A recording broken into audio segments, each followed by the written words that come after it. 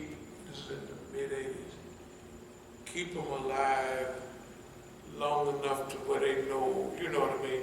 Because at that time, little girls could come talk to them, little girl police, and I could tell they talking to my oldest son. Oh, you smart. Because he's saying, Dad, I'm too sharp to get caught. I'm one of them. I said, you know, I know that some silly little old girl, and ain't nothing I can say, because if the dumb girl is telling him how smart he is, he definitely ain't going to listen to me telling him that you ain't got no sense, right? That ain't going to work, right? So I don't say that, I just say, but look, I'm going to put it all together so it makes a little sense. So now this is a time for confrontation. Not confrontation, but let's, my family will be confronted. I'm happy with them. I'm happy with my sons. Hell, they're still alive. All their friends is dead. Almost every one of them. Everybody they went to school with, and then shoot, my oldest son, he'll be 55 next month, something. Yeah, next month, he'll be 55, and the youngest one will be 53 or 52, something like that. So now I say, y'all old as me. Anything happen, you know what's going on. You know, I ain't sweating it at all. If I get news, it's got run over by a car, just got blew up. It's a terrible thing. Nice guy. Hell, he lived to be 50-something, and his oldest friend died. All his they got photo albums of real dead people, not like they died last year. They died. You remember when the death rate around here was like, that period was the period they come up in. They were dying like that all over America. So imagine, and I gave a lecture on this, the white man kept putting them in jail to keep them away from me. Because when I traveled around the country with them, they would get brainwashed for about a couple of days. And then back in Oakland, they'd be, you know what I mean? Just imagine they going to the Masjid, they're praying. They're even listening to lectures sometime. And they you know, and they picking up on it. Of course, sometimes, I don't want to change the subject. I'm speaking at the University of Colorado. So they steal teenagers, so they steal a white boy's motorbike. They said, Dad, we drove that boy all around. And then, when we was bringing it back to put it up, the white boy said, oh, thank you, and he gave us $20. You found my, I said, boy, I said, y'all, hey, man. So it was all profit, everything. They was just, hey, man, they was rolling. Everything was fine for them. The white boy actually, he didn't say, you guys stole my bike, you know, and ran out of gas, now you're bringing it back. No, he said, thank you, and he gave him $20 for finding his bike. I don't know how he come to that conclusion, but that's what, hey, I said, hey, man. Anyway, so they was learning things. But the white man would put him in jail to keep him away from me, but actually he kept him alive. That's how they lived. And I gave a couple of lectures on that. And then they thought about it. They said, yeah, everybody else is dead. I said, no, the white man kept you alive by keeping you in the pen. I said, you're almost like me. Prison is good for you. It's healthy. Lord, I mean, not no 50 years of life, but, you know, a couple of years, your health get good. That's what, you know, you don't have to worry about food. You don't have to worry about, if you know how to do time, you come out of there, relax. can. That's why it's always been fine for me. But anyway, that's why I put myself in prison in 1978. Did I mention that before? I put myself in prison because I had a stack of money. I was going back down to South America, and it was starting to smell good, you know. But I was too involved in the Sunnah. And so, you know, when the fight for that is not, you know, you could tell when the fight for that is not in that 3 or 4 years ago, you know, that was perfect. But when you're doing something wrong, or you easing toward wrong, and you call it nafs lawama. You got a conscience, and the conscience, you know right from wrong at that time. Not tomorrow. Well, tomorrow you kind of might know, but it feels good, you know. But nafs lawama, with the self-accusing spirit, when you get to that level, you know right from wrong. When you know right, that don't mean you win all the time. Sometimes on that level, you got a conscience, but sometimes you win, sometimes you lose.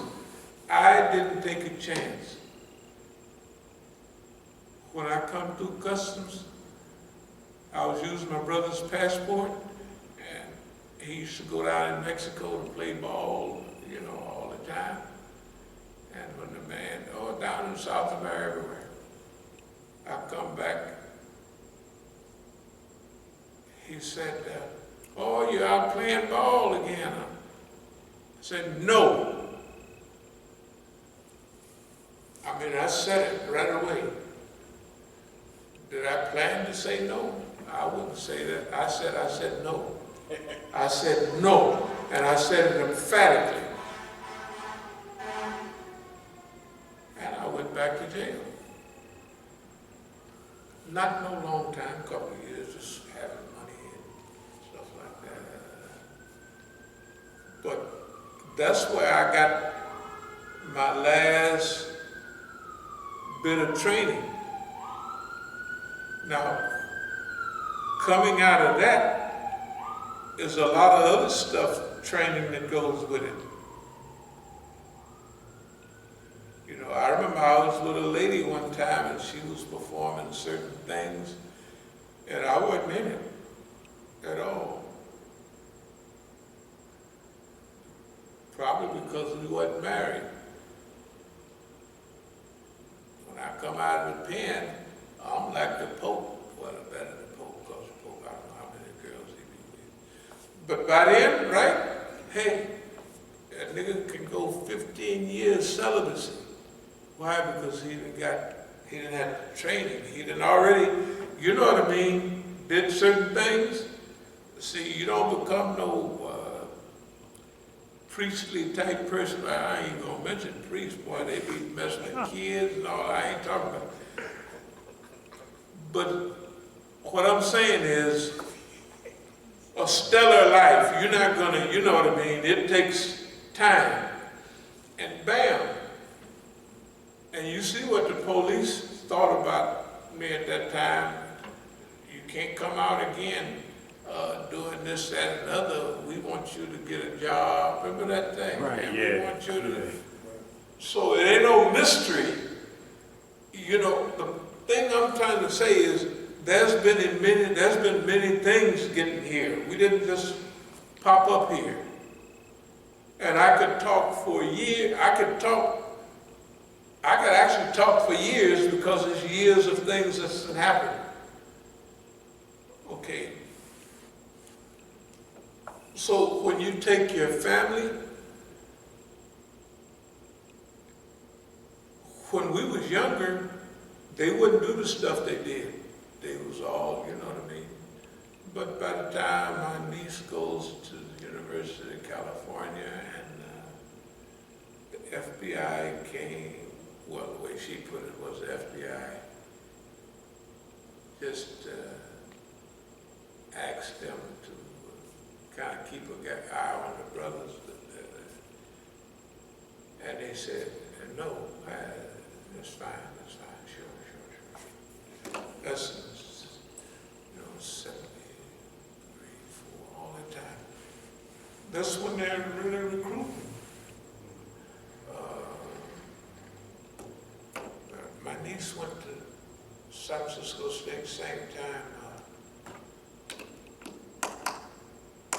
What's her name? The black Negro that's always Danny Glover. Danny Glover, yeah. Yeah, he went to about her time. Okay, my niece is she's 8 years younger than me. I'm the last one that was born in the South, and she's the first one that was born out in California. So we're like almost sisters and brothers because there's so little difference. But the point is, when I was having all this trouble with the government, my family was 1,000%, with me on this stuff. But the government have time to study them. And for the family is one thing, for the legal family, and for that. And then they will present it to them that you know how your uncle is. Now, we want to help keep him alive. Now, there's another crew. They want to finish him off. And the quality and stuff. You know the stuff he's been involved in. You already know. You know the stuff he's involved in now. And you know us. We're the good guys. We want to keep him alive. In order to keep him alive, we want y'all to help slow the roll so it don't get too out of hand. That's all. And we'll keep them alive. Now, they don't believe in martyrdom. And they wouldn't mind seeing you around. Plus any little added incentive that you might need. And we do know that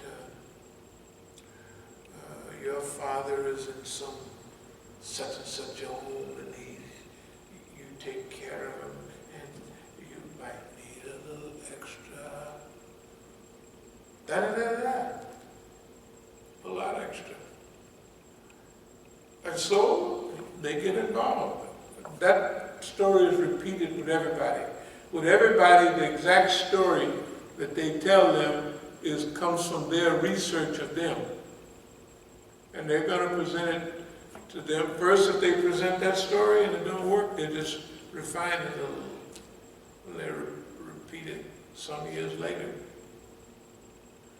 If they got 30 or 40 years to work, pretty soon they're going to get you, right? But the thing is, remember, law of large numbers. Family is different.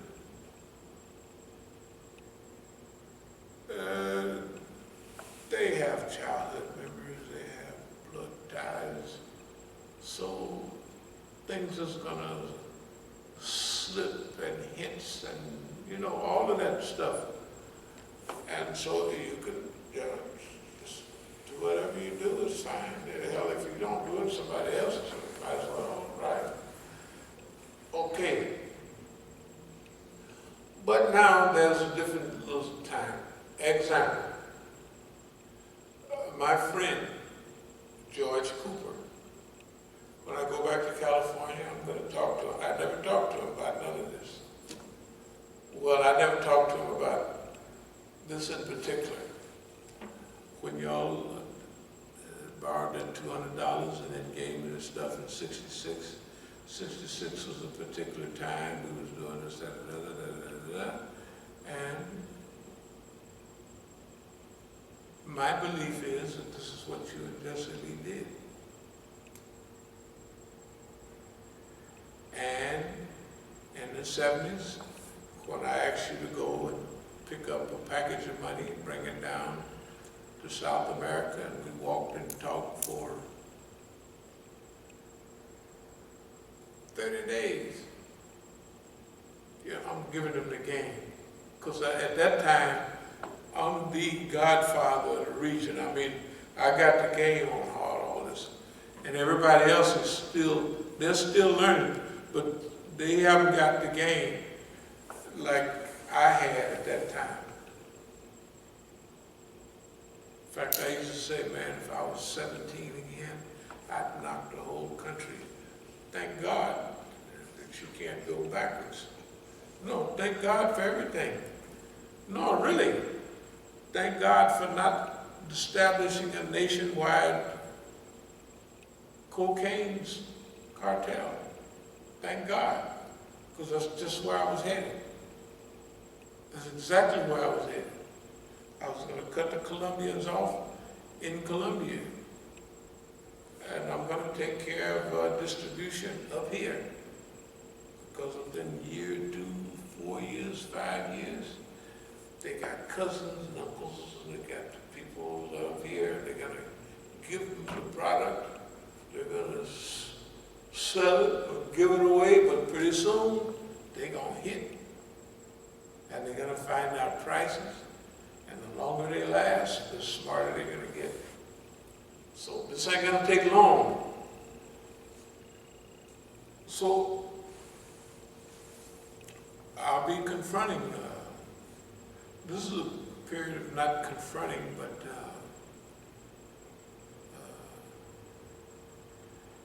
remember I used to tell y'all about a nice little beautiful lady that used to do all of my running. Okay, they brought her down there. She looked exactly, she had that New Orleans Farrah Fawcett hair looking, you know, that's the way, nice, just nice. And did good business. You know, did good business. And when we had a set her to go back, and then she pretended to get hit by a car. You know, where people get hit by, that's their game. You know, I mean, it was, to me, in retrospect, I mean, not way retrospect, but I mean, short time retrospect, I said, okay. That's okay. So she got a chance to stay with me. When she got a chance to stay with me for a while, that means that, okay, now you're not going to be transporting cocaine anymore. If we got 3 white girls on a plane, you're going to be watching them, manager. Because at that time I was, you know, in management, and so gave the Negroes a better, and plus Negro got less chance to get through than white folks. White folks can do anything in those days. It wasn't a lie. Anyway, so if there's 3 white girls on the plane, she'd be making sure that they don't maybe run off or, you know what I mean, stuff like that. It was perfect. I could collect all, you know, she could collect all. The thing the niggas was mad about was her. That's what they the gangsters. And all the messages between them and us, she's bringing, I can't come back to the U.S. and done this. With them, I have one meeting in Tijuana, Mexico on the border. I don't even want to come up to the border and get too close to the border that much because I don't want to be too close to the boss man. So anyway,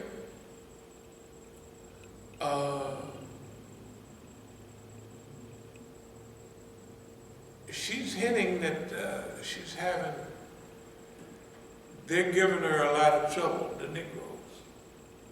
Now, I didn't find out, but I got a hint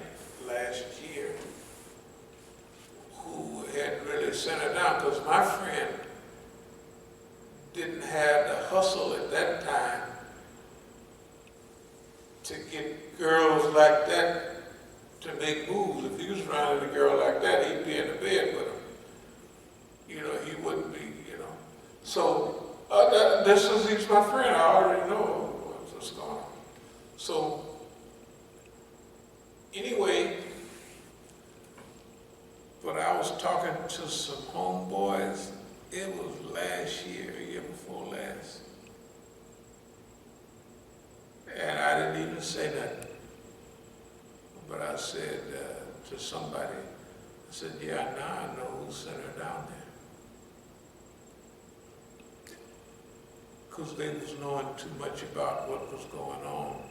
And I didn't never tell them. Anyway, it's okay. It was 50 years ago, so what? That's what longevity do. You know what I mean?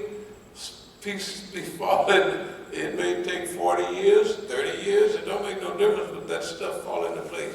The point is this. Everybody that's played a part, we have to highlight it. I told my friend, I said, do you remember we was in Mexico City about 1972. And we had all that cocaine, and then there was a white girl and a Negro woman following us around. He said, yeah. I said, and we packed them up with cocaine in a half an hour. I said, do you know why I did that? Who the hell is going to do that? You know what I mean? You meet somebody in a half an hour, and you got $1 zillion worth of product, right? Well, it's not a zillion, but it's a lot for us.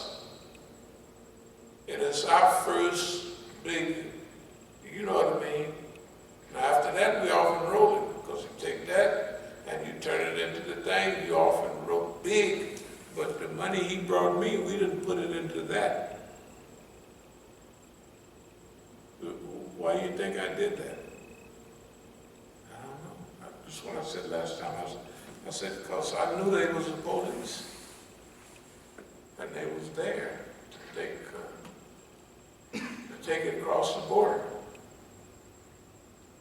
Because they didn't want to arrest, they didn't want me and you involved. You know what I mean? Me and him. Because remember, I done brought it, I'm going to bring it with my friend up to the border, up to Nogales, Tijuana, or something like that. And they don't even want